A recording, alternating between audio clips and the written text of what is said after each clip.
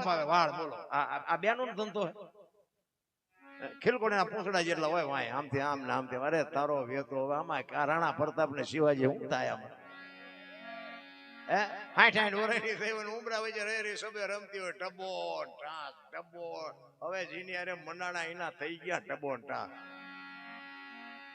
અમારે અહીંયા સુરનગરમાં એકવાર ટોળું ઊભું હતું ને ટોળું હતું આમ એટલે અમને એમ થયું કઈક જોવાનું લાગે અમે અહીંયા ગયા ને લોહી લુહાણ હાલતમાં એક ભાઈ પડેલા એટલે મેં કીધું આને દવાખાને લઈ જાઓ દવાખાને એને બોલાવે હડબડાવે તોય કોઈ હલે ભલે નહીં બોલે નહીં કે લોહી સણ કરી નાખ્યો પણ મેં કીધું એના ખીચા બીજામાં કઈક સરનામું હોય છે હાલો નહીં ઘરે લઈ જાય ઘરે લઈ જાવ કીધું ને બોલ્યો કે શું પાછો ભંગવી નાખવો છે ત્યાં ખબર પડે કે એના ઘર ને ભાંગી નાખ્યો હવે આ ઢબો ઢાસ નો કહેવાય બીજું શું કહેવાય અરે હગો હારો નો હાપડે મિત્ર મળે જો લબાડ પત્ની મળે જો કભાર જાતો હેળે જો તાર ત્રણેય પકા મોડા હોય તો ગિરનાર ભેગું થઈ જવાય રામ હગામાં ઠેકાણા ન હોય ભાઈબંધમાં ઠેકાણા ન હોય ઘરે જઈએ તો બહિરામ ઠેકાણા ન હોય જેવી રીતે મારા રામા દુનિયામાં જિંદગી જીવવી ભલા આ તમે અમને હાથની હથેળીમાં રાખો હા હલો ખાવાના હલો હું તો બાપુ આ ગામમાં ચા પી થાકી રહ્યો બાપુ મારા ઘરે હાલો બોલો કે બાપુ મારા ઘરે હાલો એમાં મને આવડા ટાબરિયા બાપુ મને બહુ ગમ્યા આજ કારણ કે એ ઈશ્વરનું એક રૂપ છે તમે તો બધા ઠીક છે એક સ્વાર્થ હોય ને તમે મને લઈ જાઓ મારી યાર ફોટો પડાવો બધી વાત બરોબર આવડી દીકરીઓને આવડા દીકરા આજ મારી યાર કેટલાય ફોટા પડાય એમના પપ્પાને કેવલા બાપુ યાર મારે ફોટો પડાવો બાપુ કરોડપતિ કેટલાય છે ભજન વાળા કેટલાય છે પૈસા વાળા કેટલાય છે આપણી સાતી ફાટક આટલા બધા માણામાં મને એકને જ આવડા છોકરા સહી કેમ કરે છે બાપુ આ શું છે આ વિચાર કરજો કદાચ તમે 50 તોલા હોનું પહેરીને આવો 1 કરોડ રૂપિયાની ગાડી લઈને આવો તોય કોઈ નો કે તમારે યાર ફોટો પાડવો છે શું આ બાપુ આ કેવડી કમાણી છે મહાપુરુષોની અને એને એવા 8-10 વર્ષના છોકરાને ખબર ન હોય કે આ ભગત છે ને આ હારા ભજન ગાય છે ને હારું એ તો બાપુ ઈશ્વરનું સ્વરૂપ છે એને જયારે આપણા પ્રત્યે લાગણી થાય ને ત્યાં આપણને એમ થાય અરે મારા નાથ તું બેઠો બેઠો હું કળા કરશ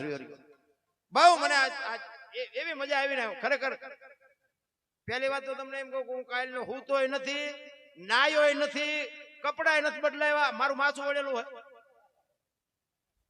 ખરેખર મેં દંતીઓ આજ નથી રેડ્યો બાપુ આજ મારી મસ્જિદ બાપુ મારો મિત્ર એક મારા મિત્રના ઘરે પ્રસંગ છે એટલે મારી કહું તૂટે નગર બાપુ ઘરે 1 કલાક મોડું અમારો દીકરો ભેગો પૂછો 1 કલાક જો મોડું થયું ને પાણી કાઢવાનું તો શું થાય ઘરે પૂછો આજ આખા દીમાં મને પહેલી વાત તો કોઈ નાવા જ ન દીધો એટલે શું નાવું આ મારું ઘર છે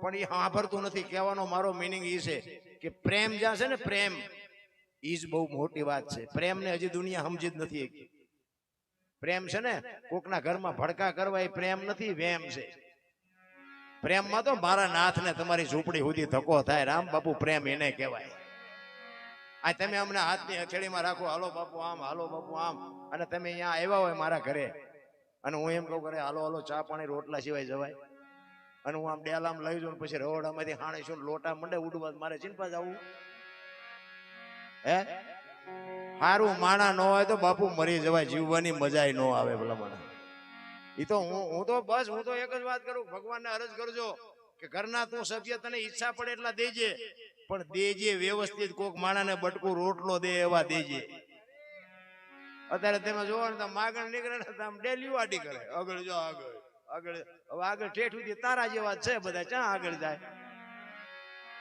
એકમાં કઈ ફૂંકીને ફાકડો ભરે એવું નથી એકાદું બટકું રોટલો દે મરી નહીં જાય એટલું આપ્યું ભગવાને પણ છૂટતું જ નથી રામ કારણ કે ભૂખની ખબર જ નથી કોઈને ભીખ માગવી નથી ગમતી પેટ મગાવે પેટ ઈશ્વર છે ને નોંધ કરે છે તમારી મારી બધાયની મને કોઈ કહેતા ભગવાન જેવું કાંઈ છે ને તમે જાઓ અહીંયા રાંગા દો પણ મેં કીધું ભગવાન નું એવું ન બને તો કે મને કે પુરાવો છે કાંઈ મેં કીધું કાન છે તને કાન તો કે હા મેં દેખાય દેખાતો નથી તને તારો કાન નો દેખાય ભગવાન ક્યાંથી દેખાય નવરીના મેં કીધું આંખ થી કાન ને 4 આંગળનું સેટું છે ને એટલું જ બેટા સેટું છે તું હું કાળા ધોળા કરે ને બધી ખબર છે એને પણ કાન છે એ તને વિશ્વાસ છે ને ઓલો છે એનો તને વિશ્વાસ નથી વસ્તુ આટલી છે બીજું કાંઈ છે નહીં રામ તું કોણ છો ક્યાંથી આવ્યો છો ક્યાં છો ને ક્યાં જવાનું છે અત્યારે કોઈનો દેહ દુર્ગંધ નથી મારતો મારા રામ. એમાંથી એવું એક તત્વ નીકળી જાય ને 2 દીમાં દેહ દુર્ગંધ મારી જાય તો આપણે નક્કી તો કરવું જોઈએ ને અત્યારે કોણ ઉટકીને સાફ સુફકું નાખે છે જોવું ન જોઈએ. એટલે મીરાએ કીધું આત્માને ઓળખ્યા વિના લખ 84 નહીં મટે, તમારી ભ્રમણા ભાંગ્યા વિના ભવના ફેરા નહીં મટે. રામ એમ નામ વાણી બનતી હોત ને તો બાપુ બુદ્ધિશાળી તો અત્યારે ઘેરે ઘેરે છે. પણ જ્યાં જ્યાં ભજન છે ને બાપુ અહીંયા વાતું પડી છે. એમ નામ કોઈ દી ભજન ન બને. એક સાખી છે ને માયા હુદી ગોઠડી વજરના ગાળા હાંગા બાપુ હલવાણા કંઈક સેડ્યા ને કંઈક પાળા. ખબર છે ક્યારે બની? આભરી હોય તે પણ તમે ખુલાસો ન કોઈ કર્યો હોય. હું તમને ખુલાસો કરી દઉં. એટલે મેં કર્યો છે હોય એમાં પછી ચોપડા બોપડા ત્યાં ફેનતા નહીં સડશે નહીં. પેલા વાણિયા છે ને 8 દિવસથી શહેરમાં ધંધો કરતા હોય ને રવિવાર જેવો દિવસ હોય ને ઉધાર આપ્યું ને પછી રવિવાર જેવો દિવસ હોય એટલે ગામડે ઉઘરાણીએ જાય. એટલે એક શેઠ હતા ને બાજુના ગામમાં ઉઘરાણીએ ગયા. હાનનો ટાઈમ થયો ઉઘરાણી કરીને બાપુ દી આથંબન તૈયારી ને એમ થયું વેલા ઘર ભેગો થઈ જાવ. અને તેથી રાણી શિકાર રૂપિયાનો જમાનો. 2 જબામાં રાણી શિકારના રૂપિયા ભરી અને જાતા હતા કે ઘાએ ઘા ઘર ભેગો થઈ જાવ અંધારું થયા પેલા. એમાં કુદરત ને કરવું ને એક ખેતરવા વચ્ચે નેરિયા જેવો માર્ગ આવે, આંકડો માર્ગ ને ઊંડો. એટલે એ માર્ગ માંથી નીકળવાનું. એટલે એ માર્ગ માં ઉતર્યો અને સામેથી એક રીંછ ઉતર્યું. હવે રીંછ આવ્યું ને રીંછ ને આ વેપારીએ જોયું ને વેપારીએ રીંછ ને જોયું. 2 હામામાં ઉભા રહ્યા, 2 બી ગયા. આને એમ થયું આ હિંસક જનાવર કહેવાય, મારી નાખ. અને રીંછ ને એમ થયું કે આ માણા કહેવાય, માણાનો ભરોસો ન કરાય, આ શું કરે એનું કઈ નક્કી.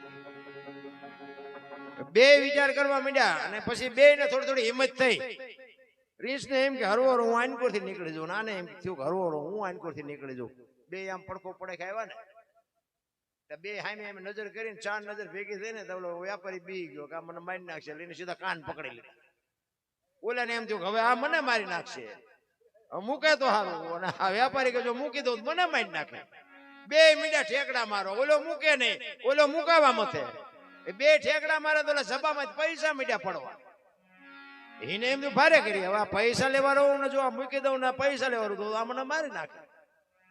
પણ કુદરત ને કરવું હાંગાજી દરબાર આમથી ઘોડી લઈને આવે.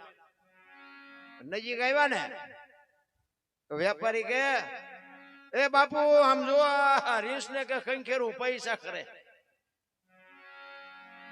બાપુ એ નજીક આવીને જોયું ને ખરેખર પૈસા પડેલા. બાપુ કે અમારા ગામની સીમ નું છે ને તું શું ખંખેરા? કે તો હાલો ને બાપુ તમારા ગામની સીમ નું તમને આપી દઉં. બાપુ ઘોડીએ ઉતર્યા, બાપુ ને પકડાઈ દીધા. એ કે બાપુ મારા ખેડવેલા છે મને લઈ લેવા દે. હા લઈ લે ભેગા કરી હાલ મેં ડાલવા. એ ભેગા કરીને જો પછી આગળ પડ્યા છે એના ચો થોડ્યો છે. એ ગયા પછી બાપુ મીડા ખંખેરવા. શું કરે આપણે એવું નથી લાગતું કોકના પાસે કાન ઉસકાઈ ઉસકાઈને ખંખેરતા એવું નથી લાગતું આપણે. એટલે કીધું માયા હુદી ગોટડી વજરના ગાળા હાંગા બાપુ આમાં હલવાણા કંઈક ચડ્યા ફાળા. આમાં મારા ને તમારે જેવા ઘણા અમને એમ કે તમારે કે ભારે કામ થયું, તમારે તો લાખ લાખ રૂપિયા રાતના આવી જાય, તમે શીખી જાઓ ને. કીધું આની નિહાળ તો છે નહીં, શીખી જાઓ. અને શીખવાની જરૂર નથી. મેં કહું સોપડી રાખો, બધા સોપડીઓ રાખી રાખીને ગાય. એમ નથી મારા રામ, આખી દુનિયા મથે છે તો કૃપા થાય એના બાપુ આનું મેળ પડે. એવું હાવ ડીંગો ડીંગ નથી. તો અમારું તો મારો નાથે જ રાજવે લાવ્યો, બાકી તો ખટારા ડ્રાઈવર માં બાપુ હોય શું.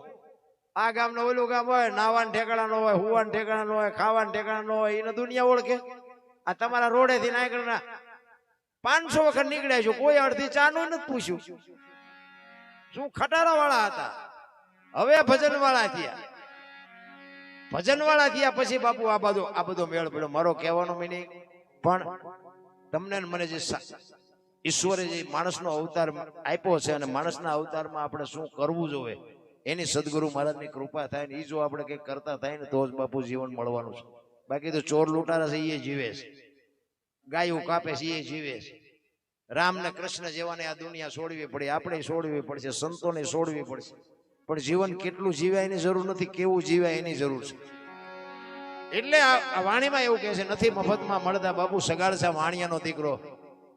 વિચાર તો કરો, દીકરો કપાવે અને પછી કે મારે જો આ દીકરીઓની મારે વાત કરવી છે એટલા માટે કે દીકરી જ્યાં ધર્મ ધ્રુજો પુરુષ નથી પૂગી ગયો ને ત્યાં દેશની આબરૂ દીકરીઓ રાખે છે. એક નહીં, તમે હવાર સુધી ગયો તો હવાર સુધી દાખલા આપો કે અહીંયા દીકરીએ કામ કર્યું, અહીંયા કામ કર્યું. તમે 2 દી બહાર કેમ જાઓ ને, કીડિયું સડે, હલો ઘરે, હલો ઘરે, હલો ઘરે. બાપુ દીકરીઓ જ એક સમર્પણ કરી શકે. પોતાની જન્મ ભૂમિકા, પોતાના મા બાપ, પોતાનો પરિવાર, પોતાનો જિલ્લો, પોતાનો તાલુકો છોડી અને પારકા પોતાના કરવાના, પોતાના હોય ને પારકા કરવા એ દીકરી કરીએ કે કોઈની તાકાત નથી. રામ સમર્પણ